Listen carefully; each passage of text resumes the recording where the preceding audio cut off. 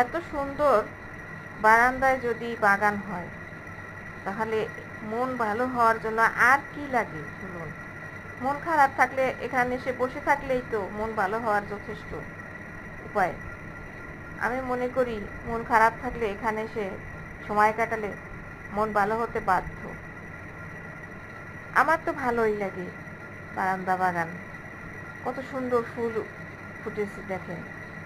আসলে সব কিছু সুন্দর এবং সৌন্দর্য ফুটিয়ে তুলতে পিছনে অনেক পরিশ্রম করতে হয়, শ্রম দিতে হয়, তা না হলে কোনো জিনিসই সুন্দর হয় না।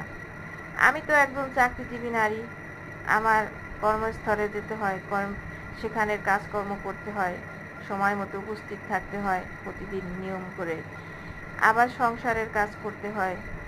একজন কর্মজীবী নারী আর একজন কর্মজীবী পুরুষের থেকে সবচেয়ে বেশি কাজ করে, এটা কেউ স্বীকার করুক বা না করুক। আমি একজন কর্মজীবী নারী, আমি জানি আমি কি করি সারাদিনে। আমার চাকরির কাজ, আমার সংসারের কাজ সবই তো আমাকেই করতে হয়। সংসারের রান্না বান্না, ঘর গোছানো, পরিষ্কার করা সব নিজেরই করতে হয়।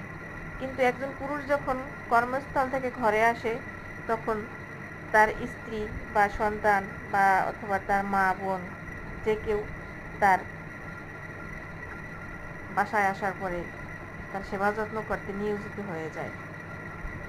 কিন্তু একজন কর্মজীবী স্ত্রী যখন ঘরে ফিরে তার জন্য কেউ থাকে না, তার কিন্তু সব কাজ তার নিজের হাতে করতে হয়।